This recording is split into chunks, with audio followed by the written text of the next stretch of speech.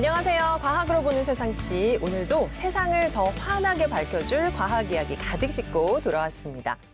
덥다 더워. 저만 덥나요? 아니 에어컨을 이렇게 빵빵하게 트는데도 왜 저만 더운 것 같죠? 올해 여름이 유독 더 덥고 더 습할 거라고 하잖아요. 예전처럼 냉방 온도를 설정해도 아마 부족하다 느끼시는 분들 많을 것 같습니다. 그러니까요. 이 시원한 바람을 아무리 쐬도 말이죠. 제 몸의 워터파크는 문 닫을 생각을 안 합니다. 그냥 땀이 쫙쫙쫙 흐르는데 사실은 요것보다도 이렇게 에어컨을 빵빵하게 틀어도 되나? 이러다가 전력이 그냥 뚝 끊겨가지고 에어컨까지 이런 사실 이게 더 겁납니다. 맞아요. AI가 발전하고 그에 따라서 데이터 센터가 증가하고 거기다가 극한 기온까지 맞물리면서 전력 사용량이 매년 최고치를 경신하고 있는데요. 우리나라도 올 여름 전력 예비율이 5% 아래로 떨어질 거라는 예측이 있습니다. 아니 우리나라도 전기가 부족하다고요? 요즘 세상에 사실 전력이 끊겨버리면 뭐 이거 세상이 그냥 오이스톱 되는 거 아닙니까? 이거 큰일 나겠는데요? 그래서 전 세계가 주목하고 있는 기술이 있습니다. 작지만 강한 에너지를 뿜어내는 세계 전력 시장의 판을 바꿀 히든카드, 그 정체는?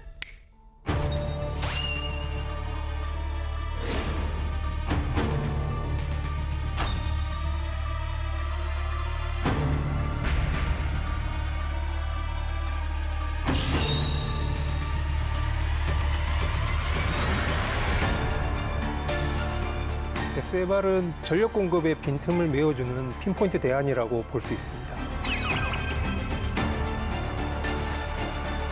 미래 탄소 중립 에너지 사회의 비타민과 같은 역할을 하게 될 것입니다.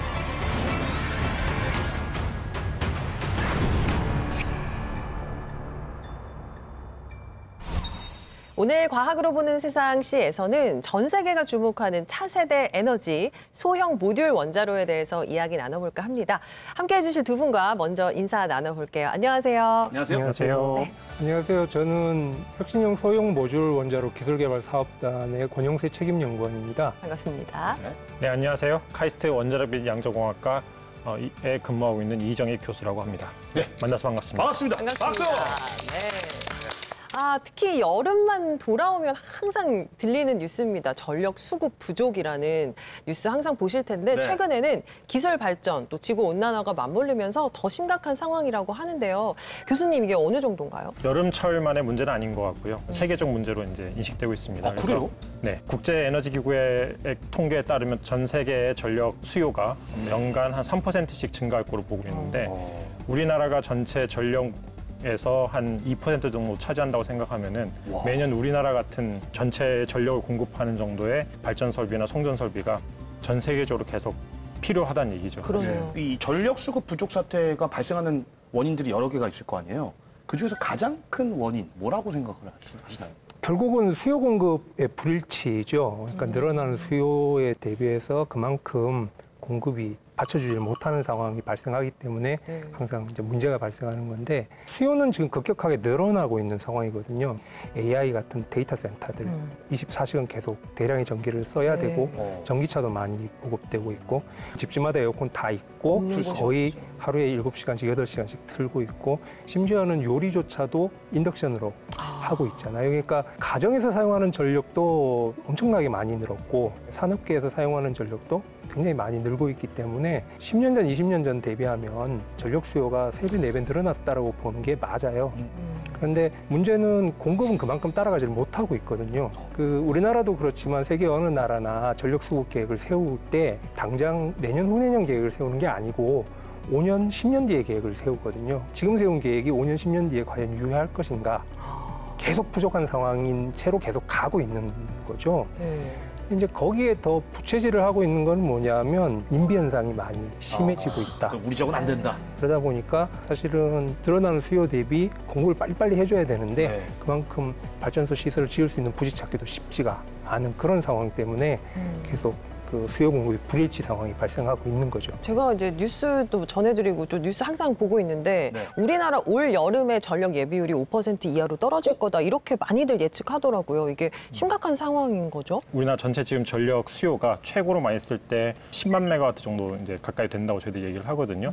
10만 메가와트 중에서 한 5천 메가와트 밑으로 내려가게 되면은 주의 깊게 봐야 되고 이제 정전이 가까이 온다라고 얘기를 합니다. 그래서 그 수준까지 내려올 수도 있다라고 많은 분들이 염려도 하시는데 다행스럽게도 설비 예비율이라고 해서 실제로 발전을 할 수 있는 설비로는 예비율이 한 20% 정도 나오고요. 그다음에 실제로 그 전력이 필요할 때 공급할 수 있는 걸 저희가 운영 예비율이라고 하는데 운영 예비율은 저희들이 한 7% 정도 이상은 확보할 수 있을 거라고 좀 평가를 하고 있습니다. 일단은 그나마 다행이다라는 생각이 듭니다. 네. 생각해보니까 진짜 이 무더위에 만약에 정전이 돼가지고 에어컨 이런 걸 아무것도 못 튼다.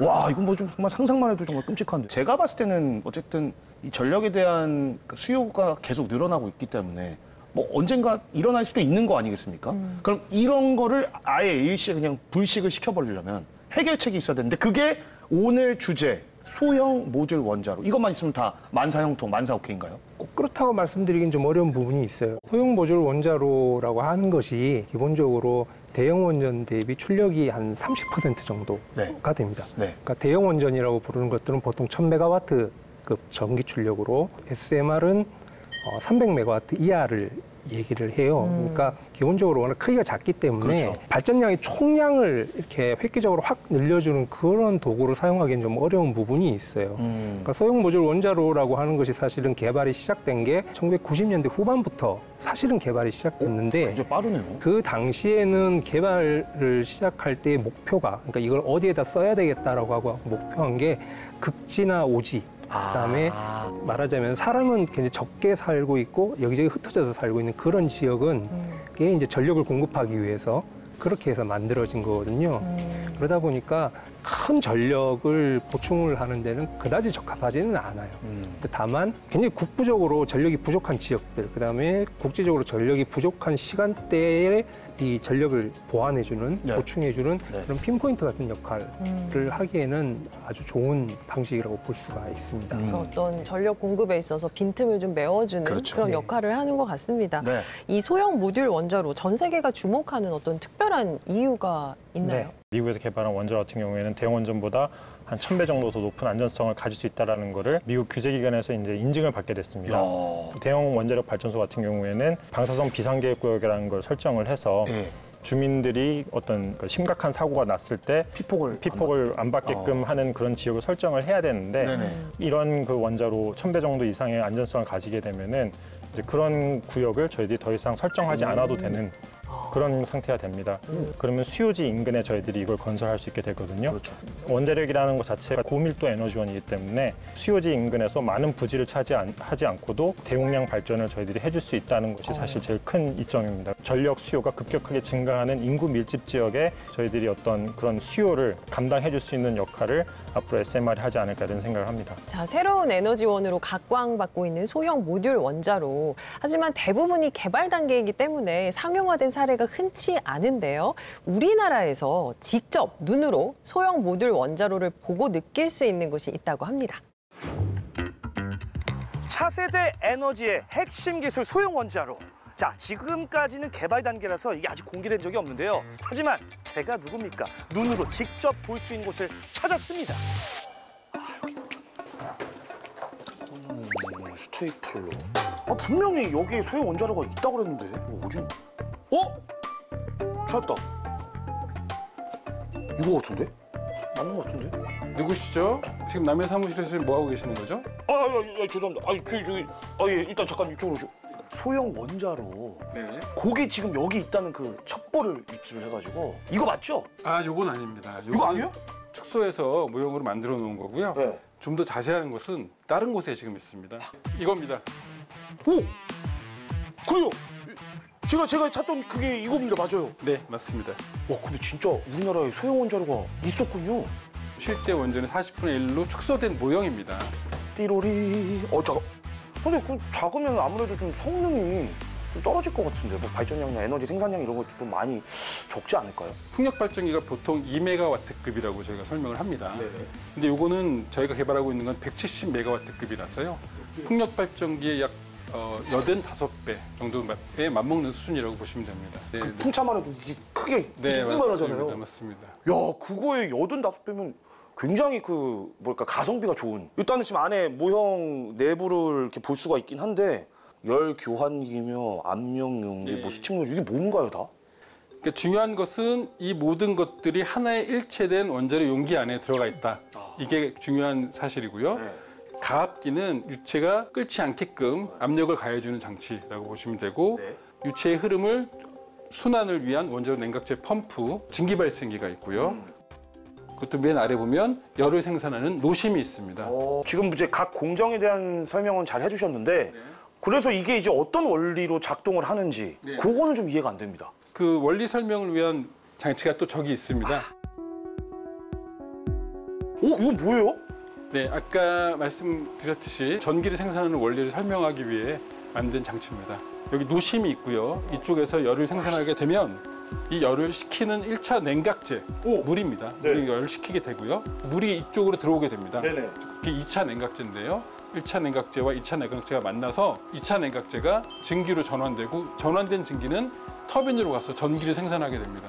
이제 설명을 굉장히 쉽게 잘 해주셔가지고 이해가 단번에 되긴 됐는데 그 뭐 이제 우리나라의 그 소형 원자로, 그러니까 우리나라만이 갖고 있는 그 특징 같은 게 있을까요? 붕산이라는 원소를 출력 제어하기 위해 사용하게 되는데 붕산. 우리나라 소형 원자로는 그 붕산을 사용하지 않고 무붕산으로 지금 제어를 할 계획에 있습니다. 무붕산. 아니 붕산이 있고 없고가 뭐가 차이가 있나요? 붕산에 따라서 여러 가지 계통들이 필요하게 되고 그 계통은 이 원자로를 매우 복잡하게 만드는 원인이 됩니다.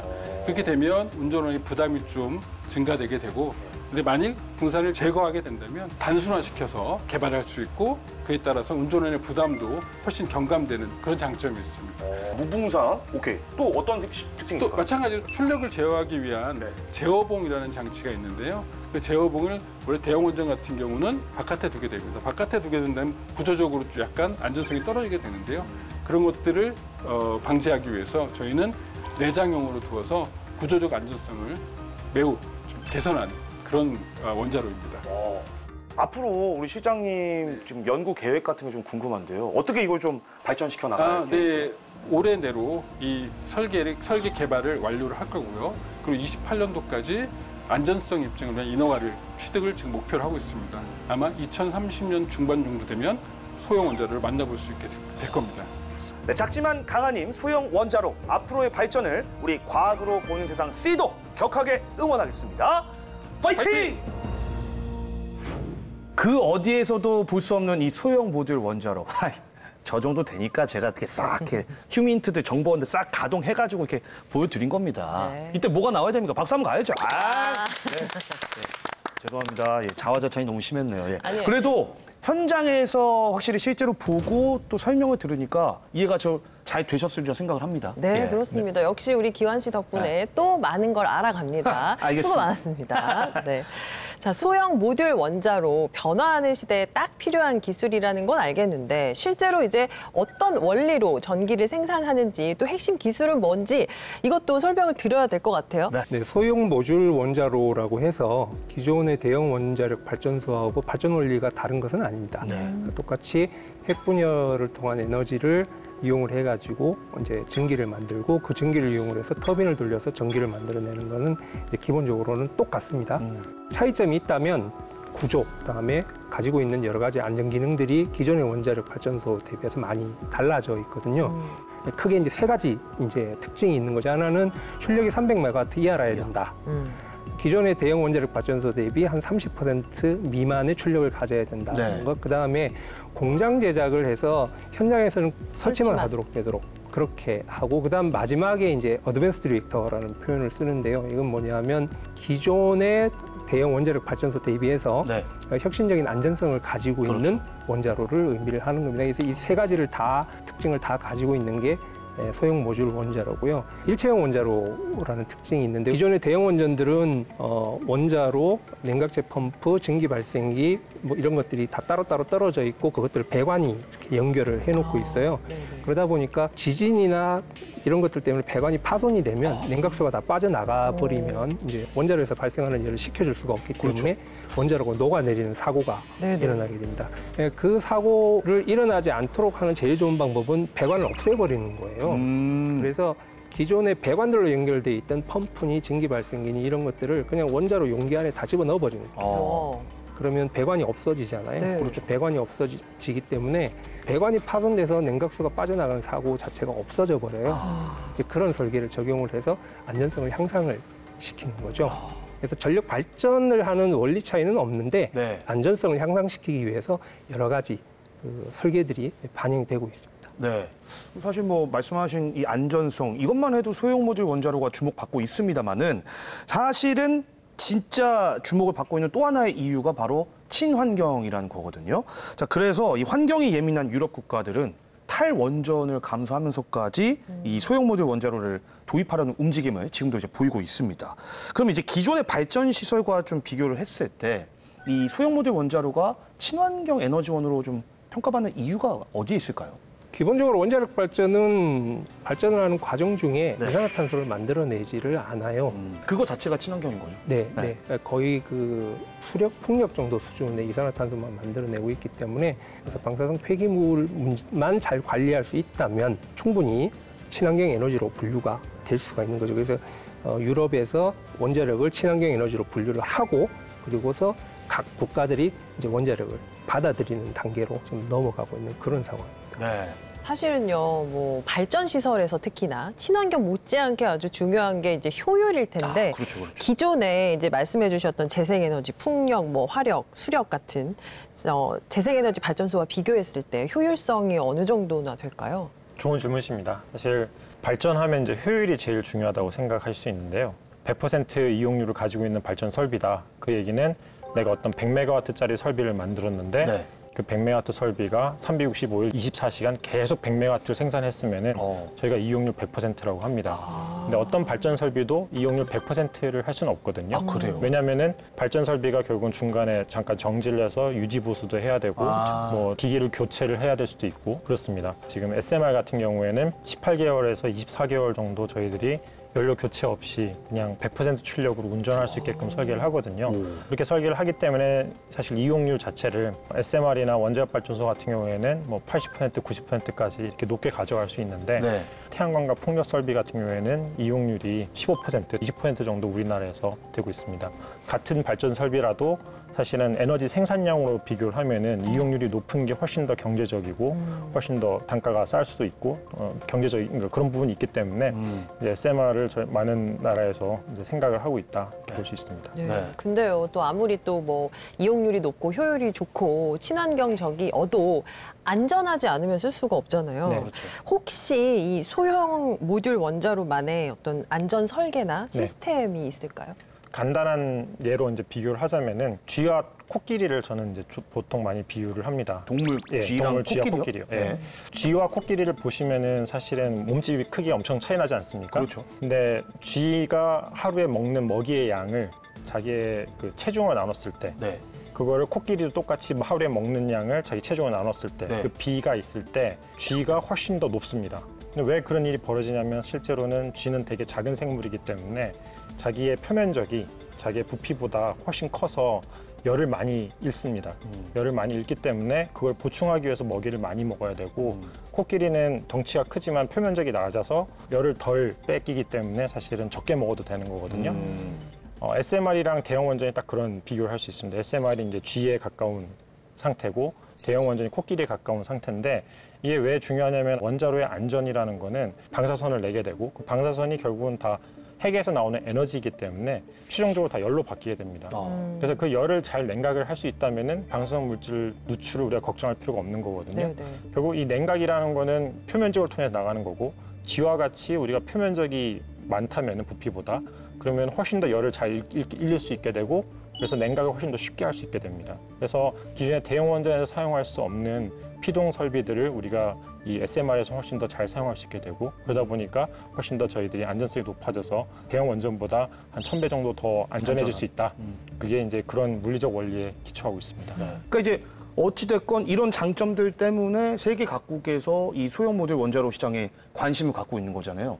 그러다 보니까 이 시장 규모가 좀 어마어마할 것 같은데 어느 정도 되나요? 글로벌 그 시장 조사 기관인 그 리서치 앤 마켓 이 보고서를 이제 인용을 해보면 2021년에 약 한 97억 달러 정도, 그러니까 우리 하나로는 약 11조 5천억 원, 11조 6천억 원 정도의 규모가 될 것이고 2026년에는 113억 달러 정도, 한 13조 5천억 원 정도의 규모가 될 거라고 예측을 하고 있어요. 예. 그리고 매년 SMR 시장이 연간 한 3.2% 정도 계속 성장할 거라고 분석을 하고 있습니다. 전 세계에서 개발 중인 소형 모듈 원자로 우리나라 현 주소는 어떤지 알아보겠습니다. 우리나라의 소형 모듈 원자로 개발 현황 어떤가요?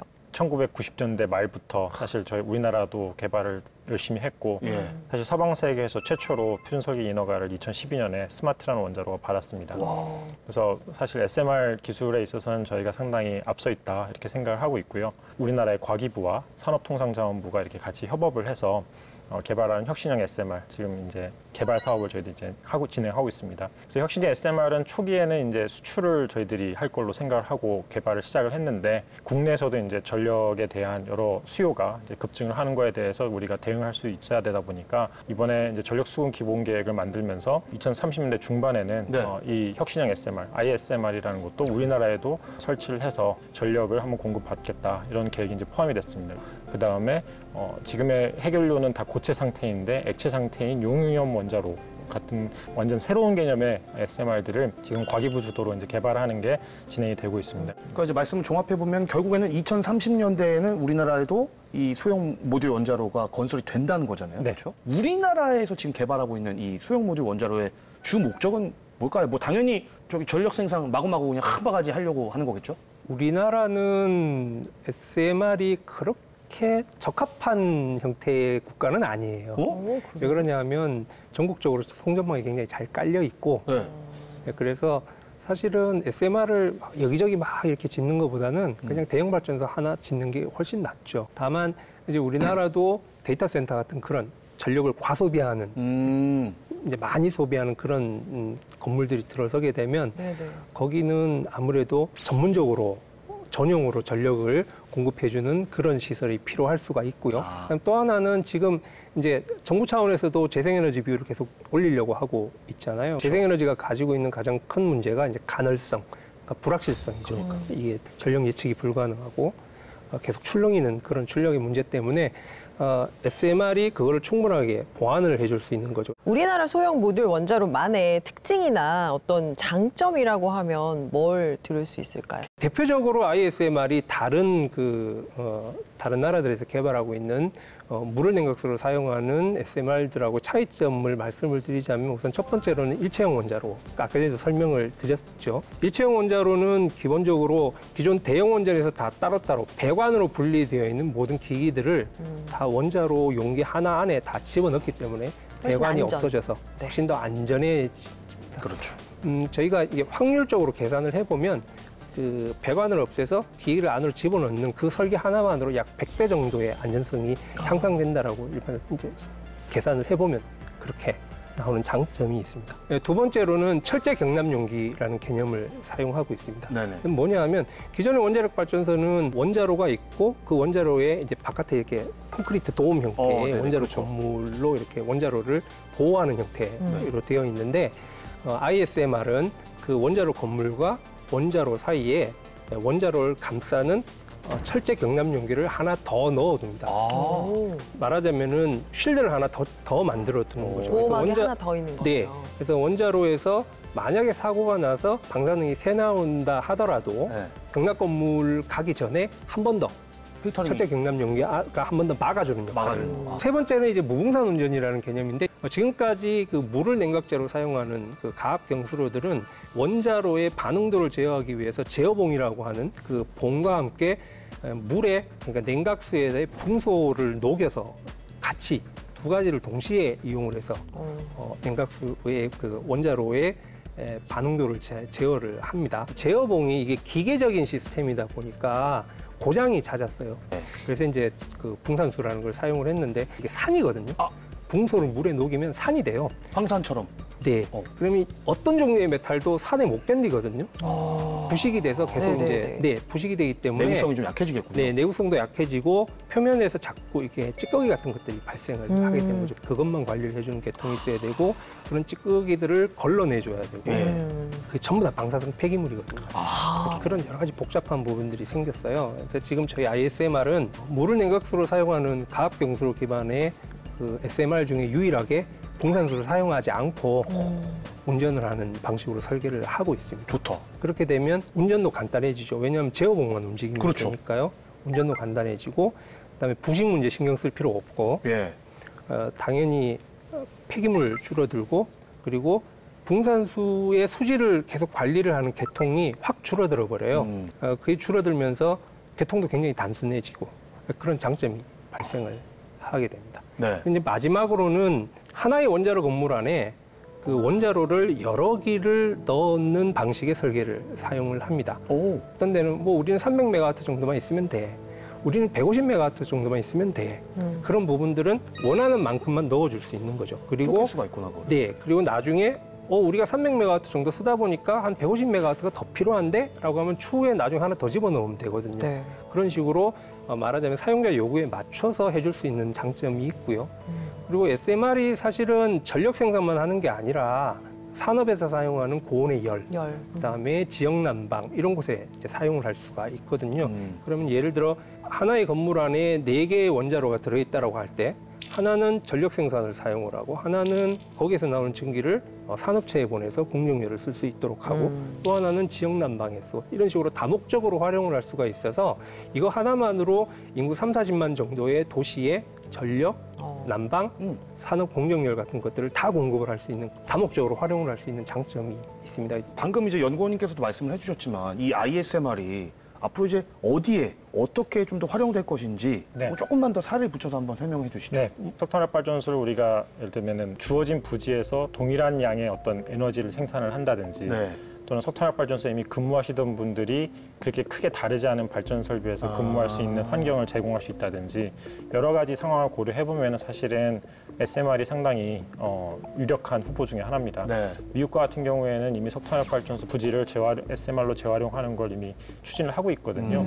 그래서 앞으로 우리나라에서도 저는 이런 충분히 설계에 대한 신뢰가 쌓이고 그런 안전성이 충분히 입증이 우리가 건설을 통해서 보이고 운전을 통해서 보인다면은 네. 충분히 석탄화력 발전소를 대체해서 거기 부지를 활용하는 형태로 SMR이 활용될 것이다. 저는 이렇게 믿고 있고요. 그다음에 지금 아까 말씀하신 것처럼 사실은 우리나라 산업계에서 특히 철강이나 석유화학 산업은 CO2 배출이 상당히 큽니다. 탄소를 배출하지 않으면서 열을 생산할 수 있는 요런이 지금 현재 원자력이다 보니까 ISMR이 일단 가장 큰 하나의 대체 요런으로 생각할 수 있고요. 고온가스炉와 같은 원자로는 ISMR보다 더 높은 온도를 제공할 수 있어서 그런 원자로들도 이제 나중에 철강이나 석유화학 산업에 충분히 열을 공급을 해서 그런 산업이 탄소를 배출하지 않으면서도 경쟁력을 가질 수 있게 우리가 도와줄 수 있지 않을까 생각을 합니다.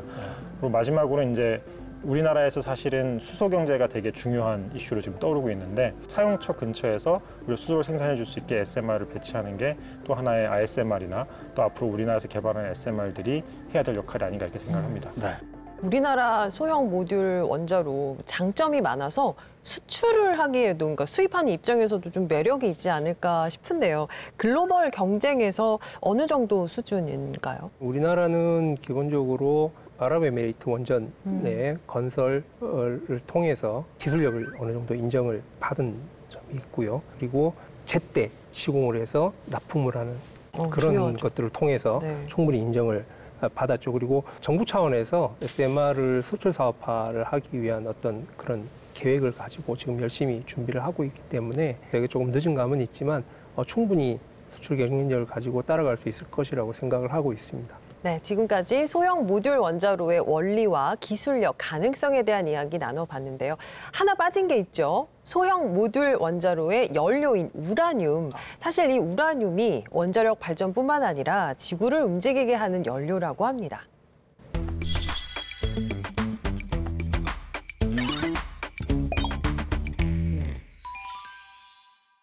여러분은 원자력 발전소 하면 어떤 이미지가 떠오르시나요?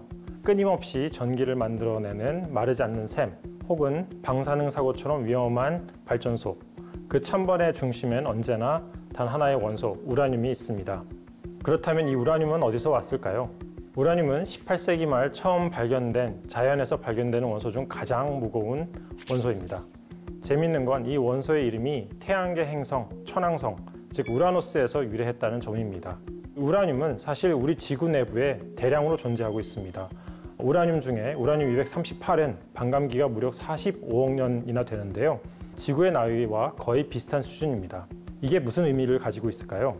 지구가 만들어진 순간부터 지금까지 이 우라늄은 지구 내부에서 계속 방사선을 내면서 열원으로 작용을 하고 있습니다. 방사선은 원자핵에서 나오는 에너지이기 때문에 이 에너지가 결국은 다 열로 바뀌어서 지구 내부에서 열원으로 작용하고 있는 것입니다. 이런 우라늄을 에너지원으로 해서 일어나는 지각 현상 중 대표적인 것이 화산입니다. 화산지대에서 생기는 열은 우리가 지열 에너지로도 일부 활용하고 있습니다. 아이슬란드나 일본처럼 지열 발전이 활발한 나라는 사실 지구 내부에서 발생하는 이런 방사성 물질로부터 나오는 핵 에너지를 열 에너지로 활용하는 대표적인 예가 되겠습니다. 즉 우라늄과 같은 방사성 물질은 단순히 원자로의 연료로 사용될 뿐만 아니라 지구 내부에서 끊임없이 에너지를 생산하여 우리 지구 표면에서도 활용하고 있는 이런 천연 에너지원이 되겠습니다. 지구는 그 자체로 45억 년간 작동 중인 초대형 원자로로 볼 수 있습니다. 이쯤 되면은 원자력 발전소라는 말 자체가 조금 아쉽게 느껴집니다. 그래서 저는 가끔 상상해 봅니다. 원자력 발전소라는 말 대신에 우라늄 발전소 또는 우라늄을 우리말로 번역을 한다면 천황소가 되겠는데요. 이 천황소의 이름을 따서 천황발전소로도 우리가 부를 수 있지 않을까 이렇게 생각을 해봅니다.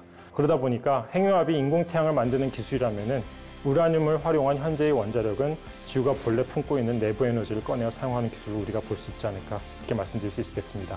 오늘도 우라늄은 지구 속에서 그리고 지구의 수많은 발전소에서 조용히 그러나 확실하게 우리 삶을 움직이는 에너지를 만들어서 그걸 활용할 수 있게 해주고 있습니다. 그러니까 지금 제 발밑에도 우라늄이 있다는 얘기인 건데 와 세상에나 이 우라늄이 이렇게 바쁘고 정말 대단한 원소였다니 역시 이 과거로 본 세상 C를 하면서 문과생인 제가 진짜 이과생으로 좀 바뀌어가는 게 느껴집니다. 오늘 참 몰랐던 부분 많이 알아가고 있습니다. 네네. 역시나. 자, 그러면 이번에는요. 세계 각국의 소형 모듈 원자로 개발 현황도 한번 알아볼까 합니다. 네. 세계적으로 미국이 가장 앞섰다고 하는데 현재 상황은 어떤가요? 미국에서 개발하고 있는 SMR은 무른 냉각수를 사용하는 뉴스케일이라는 네.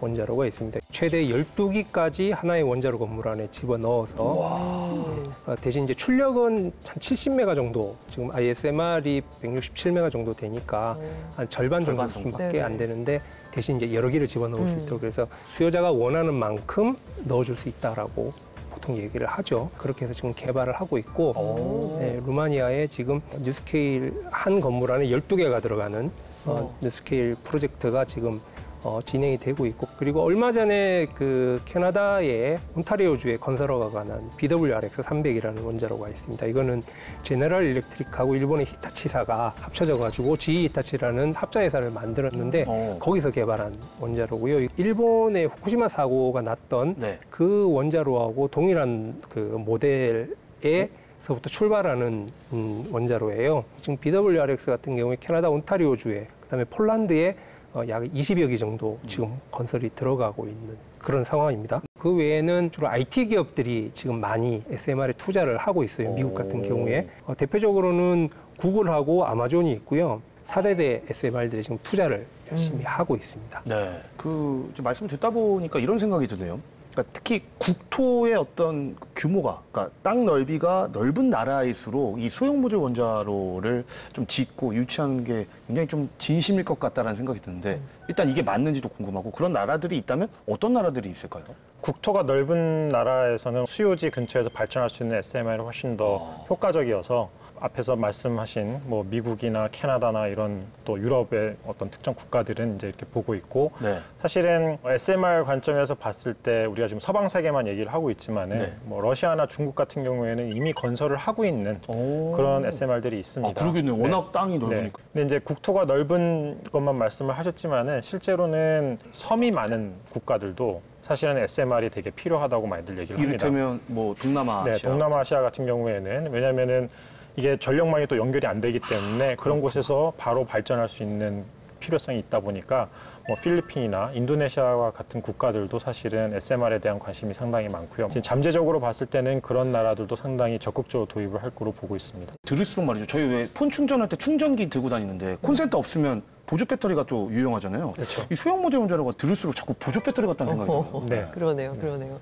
그 연구원님, 나라마다 보면은 뭐 산업적인 특색도 다르고 지형도 다르고 많이 다르잖아요. 그래서 개발 목적도 소형 모듈 원자로가 다 다를 것 같아요. 아, 그렇 똑같진 않을 것 같아요. 우선 그 미국과 캐나다 같은 북미 지역 같은 경우는 그 화석 연료를 사용하는 발전소를 2050년까지 폐쇄해야 되기 때문에 네. 그걸 대체하는 수요로 아, 그렇죠. 이제 생각을 하고 있고요. 또 하나는 아무래도 IT 쪽으로 가장 많이 발전한 국가들이다 보니까 데이터 센터 네네. 같은 그런 IT 기업들의 그 전력 수요를 공급해주는 맞춰주기 역할을. 위해서. 네. 유럽 같은 경우도 이제 영국이나 이런 나라들은 아무래도 이제 탈탄소, 화석 발전소를 대체하는 수요로 많이 생각을 하고 있고요. 그리고 북유럽의 그 핀란드나 노르웨이 같은 경우는 워낙 춥잖아요. 네. 그래서 지금까지 지역 난방을 나무하고 석탄 때워서 했었는데 원자력으로 다 교체를 하려고 네네. 하고 있어요. 그리고 이제 그 밑으로 내려오면 이제 중부 유럽하고 남부 유럽이 되는데, 그러니까 러시아 우크라이나 전쟁 때문에 천연가스 공급이 완전히 중단되니까. 줄어들면서 러시아에 의존하던 그런 어떤 에너지원을 다변화하는 차원에서 원자력을 또 들여다보고도 있기도 하고, 네. 개발도상국이나 중진국 같은 경우는 국가의 경제 발전 그리고 이제 전력 부족을 커버하기 위해서 SMR을 도입하려고 하는 나라들도 굉장히 많습니다. 네. 이 소형 모듈 원자로를 개발할 때 많은 나라들이 지금 개발을 하려고 하고 있잖아요. 좀 공통적으로 부딪히는 어떤 기술적인 어려움 같은 게 있을까요? 일단은 크기를 줄이는 데서 오는 부분이죠. 크기를 줄이기 때문에 지금까지 검증되어 있던 기술들을 작은 크기에서 전부 새로 다 검증을 해야 되는 부분들이 있고요. 또 하나는 규제의 문제인데요. 사실 뭐 어느 나라나 다 마찬가지겠지만 각 나라마다 원자력 발전소에 대한 규제, 즉 네. 법들이 있는데 그 법들이 대부분 현존하는 현재 운영 중인 발전소 타입에 맞춰져서 법들이 만들어져 있어요. 그런데 기존의 규제를 가지고 그대로 이 원자력 발전소를 말하자면 심사를 하게 되면 맞는 것들이 너무 많이 발생을 하게 되는 거죠. 저희가 이제 그거를 그냥 일반적으로 인허가 리스크라고 부르는데 그 리스크들이 너무 높아서 6년, 7년, 8년, 9년, 10년 이렇게 늘어지게 되면 결국은 투자자들이 투자를 못하게 되잖아요. 그렇죠. 너무 이제 말하자면 리스크가 너무 크니까 네. 그런 부분들이 있어서 규제가 빨리 새로운 형태의 이런 원자로들에 대한 그런 새로운 규제 체제가 만들어져야 된다는 점이 있죠. 전 세계적으로 사실은 거의 유사한 동일한 형태의 규제 기준을 가지고 있어야 되거든요. 통일을 해야겠네요. 통일된 세계적인 규제 기준이 맞춰져야 그래야 수출 시장이라는 것도 네네. 굉장히 원활하게 움직여질 것이고 네. 네, 그런 부분들이 빨리 이제 준비가 돼야 되겠죠.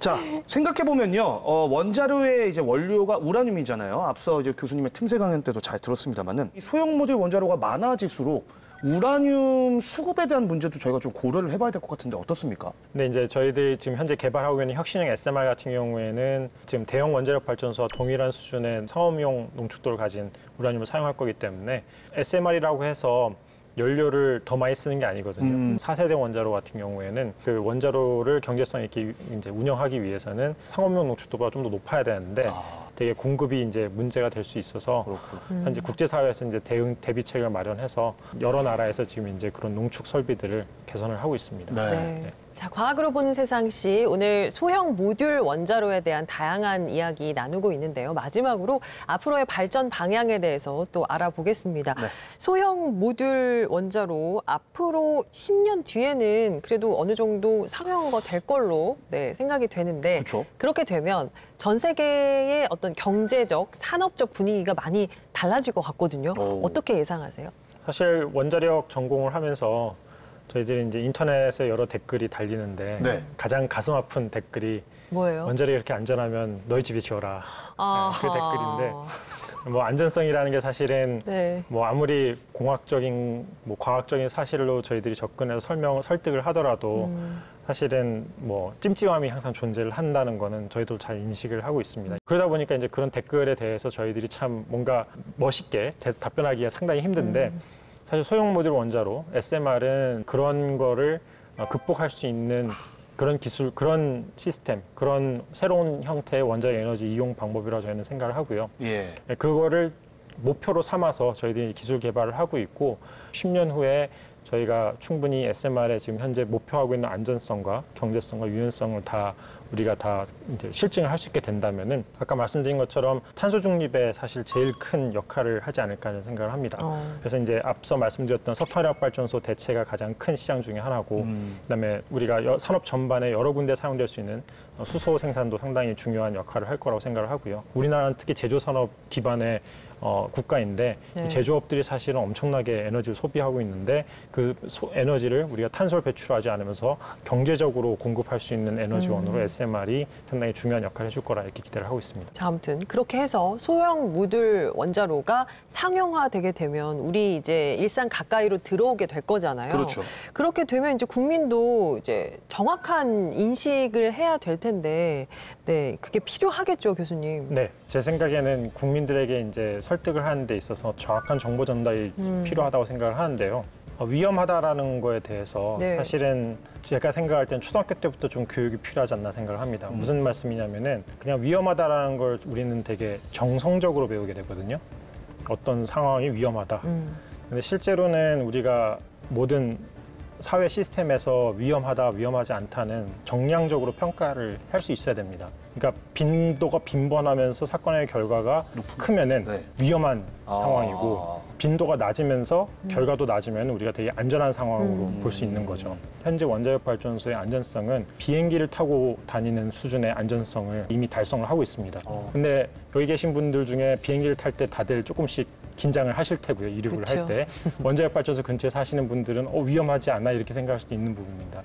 왜 그러냐면은 실제로 사람들이 그 위험도를 인식을 할 때 발생의 빈도보다는 결과가 크면은 위험하다고 느끼기 때문에 그렇습니다. 그래서 사실은 이게 감성적인 부분과 이제 이성적인 부분의 문제인데 문제는 이런 위험도에 대해서 우리가 사회적으로 사실 다 공유돼야 되는 이 부분에 대해서 부족하다고 저는 생각을 하고요. 그러네요. 그래서 사실은 이게 단순히 원자력에만의 문제가 아니라 우리가 앞으로 새로운 기술들이 계속 나타날 텐데 그렇죠. 그 새로운 기술이 나타날 때마다 안전하냐 위험하냐라는 거를 우리 국민들이 정확하게 이해하기 위해서는 위험도에 대한 인식이 되게 중요하다고 생각합니다. 기술 개발자들은 또 어떤 우리가 노력을 하고 있냐면은 충분히 그 주민 친화적으로 저희들이 설비 그 건물 외관을 만들 수 있고 그걸로 인해서 에너지 생산을 하면서 동시에 주민들이 전혀 불편함을 느끼지 않게끔 그런 형태의 지금 기술 개발을 병행하고 있기 때문에 그런 개발자와 그다음에 그 주변 주민 수용성을 높일 수 있는 여러 가지 노력이 합쳐진다면은 충분히 좋은 결과를 가지지 않을까 이렇게 생각합니다. 네. 자, 소형 모듈 원자로 이게 앞으로 어떤 역할까지 할 거라고 좀 예상을 하세요? 소형 모듈 원자로는 사실은 소형이라고 얘기를 하면 굉장히 작다라고 생각하시는데 실제로는 그렇게 작지 않아요. 그냥 대형 원자력 발전소에 상대적인 네, 비해서 대형 원자로 상대적으로. 대비 이제 크기가 좀 작을 뿐이지 네. 뭐 ISMR만 해도 높이가 30m 정도 되는 그런 정도가 되기 때문에 네. 굉장히 큽니다. 그래서 사실은 사람 크기만한 정도의 원자로를 보통 마이크로 리액터라고 부르는데 그런 마이크로 리액터도 지금 열심히 개발들을 하고 있어요.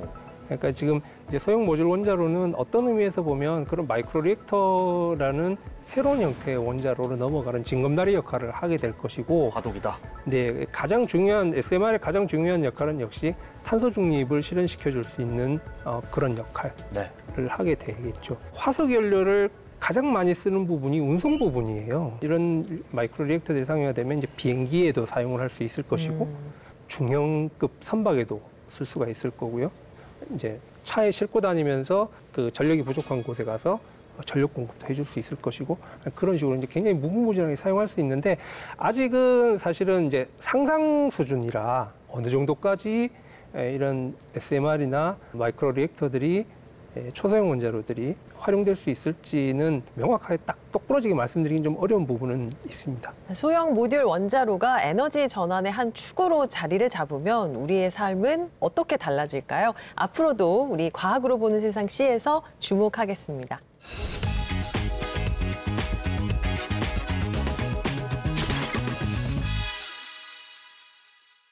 세상의 모든 과학을 파헤치는 과학을 가장 사랑하는 나 김기환, 나만 믿고 보시라. 그렇다면 이 세상의 모든 과학을 이해할 수 있으리니 김기환의 과학 기수다. 우리가 무심코 반복하고 있는 작은 행동이 이 막대한 전력을 낭비하고 있다는 사실 알고 계셨나요? 일주일 내내 에어컨 틀기, 1년 내내 이메일 지우지 않기. 자, 어느 쪽이 전력 소모가 더 클까요? 바로 이메일을 지우지 않는 행동입니다. 이메일은 모두 데이터 센터에 저장되는데요. 이 센터들은 24시간 장비 가동을 위해서 엄청난 전기가 필요합니다. 불필요한 메일을 보관하는 데에 연간 약 1,700만 톤의 이산화탄소가 배출된다는데요. 이메일을 지우는 것만으로도 이 탄소 중립에 기여할 수 있다고 하니까요. 메일함부터 정리해보는 건 어떨까요? 챗GPT와 대화할 때 고마워, 부탁해 이런 인사 누구나 한 번쯤 해보셨죠? 실제로 챗GPT에 답변 고마워라고 입력하면 도움이 될 수 있어서 기뻐요. 이런 대답이 또 돌아오는데요. 자, 그런데 이 간단한 인사 한마디가 AI 서버의 데이터 처리량을 늘리고 그만큼 전력 소비도 증가시킵니다. 샘 올트먼 오픈AI CEO가 이런 인사말이 오픈AI에 수천만 달러의 전기 요금을 발생시킨다고 밝혔는데요. 알고 보면 꽤 비싼 인사였던 셈이죠. 전 세계의 열풍을 불러일으킨 애니메이션풍 AI 그림. AI로 이미지 1000장을 생성하는 데는 평균 2.9kWh의 전기가 사용됩니다. 이건 스마트폰 한 대를 약 30회 완충하는 전력량과 맞먹는 수치죠. 오픈AI가 일주일간 생성한 이미지는 무려 7억 장. 이미지를 생성하는 데만 미국 6만 7천 가구가 하루 동안 쓰는 전력을 사용한 겁니다. 이 클릭 한 번이 남기는 에너지 발자국, 가볍게 넘길 수 없겠죠. 냉장고는 24시간 내내 돌아가는 전력 소모가 높은 가전제품인데요. 자, 특히 이 냉장실을 꽉 채워두는 습관은 냉기 순환을 방해해서 전력 소비를 5% 더 증가시킵니다. 냉장실은 전체 용량의 60% 이하로 여유 있게, 반면에 냉동실은 꽉 채워야 냉기를 유지해서 전력 사용을 줄일 수 있다고 하네요. 우리의 사소한 습관 하나하나가 모이면 지구를 지키는 힘이 됩니다. 지금까지 과학을 가장 사랑하는 남자 김기환의 과학 일수다였습니다. 과학으로 보는 세상시 오늘은 차세대 에너지로 주목받는 소형 모듈 원자로에 대해서 이야기 나눠봤습니다. 기환 씨 어땠어요? 저는 이런 상상을 한번 해봤어요. 어머니가 저한테 전화를 해서 아들, 그 옆집 그 지환에는 이번에 그 소형 모듈 원자로 놨다더라. 아니 뭐 그 놔달라는 얘기는 아니고 이런 재밌는 상상. 네네. 머지않아 이 과학의 힘으로 가능하지 않을까. 네. 두 분 덕분에 가능성이 좀 빨리 실현이 될 수 있을 것 같습니다. 네네네. 어떠셨어요? 사실 원자력이라는 분야가 실생활에 굉장히 밀접한 분야임에도 불구하고 일반인들은 쉽게 접근하기 어려운 분야이기도 하거든요. 네. 이런 시간을 통해서 시청자분들께서 조금 더 친숙하게 다가갈 수 있었으면 합니다. 네. 어떠셨어요, 교수님? 네, 제 꿈도 언젠간 그런 기술을 개발하는 거고요. 네. 오늘 이 자리를 빌려서 원자력 에너지도 이제 그런 방향으로 계속 진보하고 진화하고 있다는 걸 시청자분들께 알려줄 수 있어서 참 고마운 시간이었습니다. 네, 오늘 두 분 쉽게 아주 친절하게 설명해 주셔서 고맙습니다. 네, 감사합니다. 네, 저희는 다음 시간에 또 흥미로운 과학 이야기 가지고 찾아오겠습니다. 과학이 보인다. 과학이 즐거워진다. 스치기만 해도 당신은 과학 전문가. 과학으로 보는 세상. 씨! 고맙습니다.